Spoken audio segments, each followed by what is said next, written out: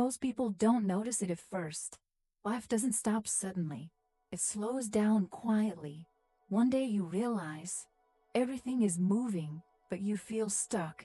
He wasn't unhappy. That's what confused him.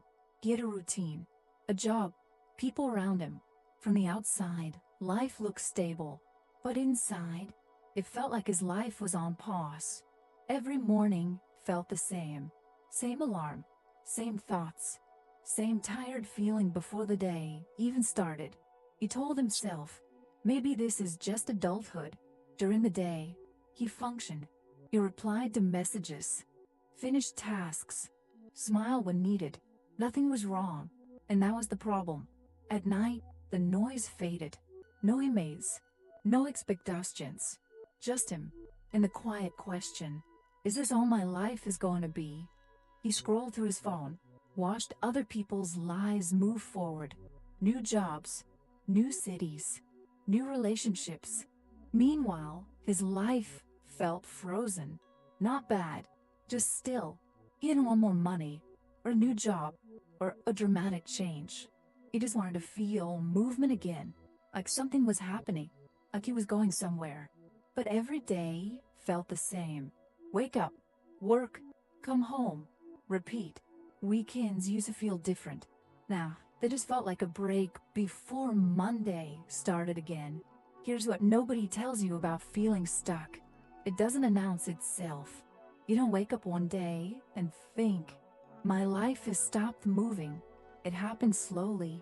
One skip plan, one maybe later, one I'm too tired. Until one day, you look around and realize you've been living the same week for months. He started noticing the pattern. Friday nights used to feel exciting. Now they just felt quiet. Not peaceful quiet, empty quiet. He'd sit on the couch, order food, turn on a show, and feel nothing. Not sad, not happy, just flat. His friends would ask, how's everything going? And he'd say good, because nothing was wrong, but nothing felt right either. One night, he stayed up later than usual, not because he wanted to, because sleep felt pointless. He'd wake up to the same day anyway.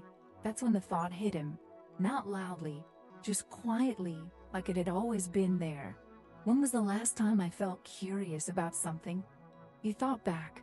Weeks, maybe months.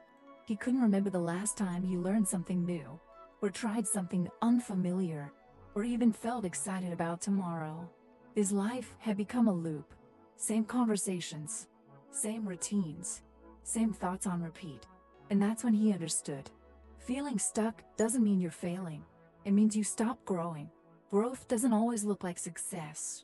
Sometimes it looks like curiosity, sometimes discomfort, sometimes starting something small with no audience. He didn't change his entire life overnight. He didn't quit his job, or move cities, or make some grand decision. He just started moving again. Small things. One night, instead of scrolling, he picked up a book he'd been meaning to read, not because he had to, just because he was curious. Another night, he wrote something down, a thought, a question, nothing deep, just something that felt like his thought, not someone else's post, not something he heard at work, his. And slowly, that heavy feeling softened, not gone, just quieter. Here's what he realized. His life wasn't broken, it was waiting for a signal that said, I'm still moving. Growth doesn't need permission. It doesn't need a perfect plan, or the right time, or someone else's approval. It starts the moment you stop waiting for life to feel different, and do one small thing differently. Read a page, ask a question, try something you've been curious about, not to fix yourself, but to remind yourself, I'm not stuck, because stuck isn't a place. It's just the feeling you get when you stop exploring. If you're listening tonight, and life feels paused, you're not behind, you're not lost, you're just between chapters. And maybe this pause isn't here to trap you. Maybe it's here to wake you up, to remind you that life doesn't move on its own. It moves when you do, not with big leaps, just small steps.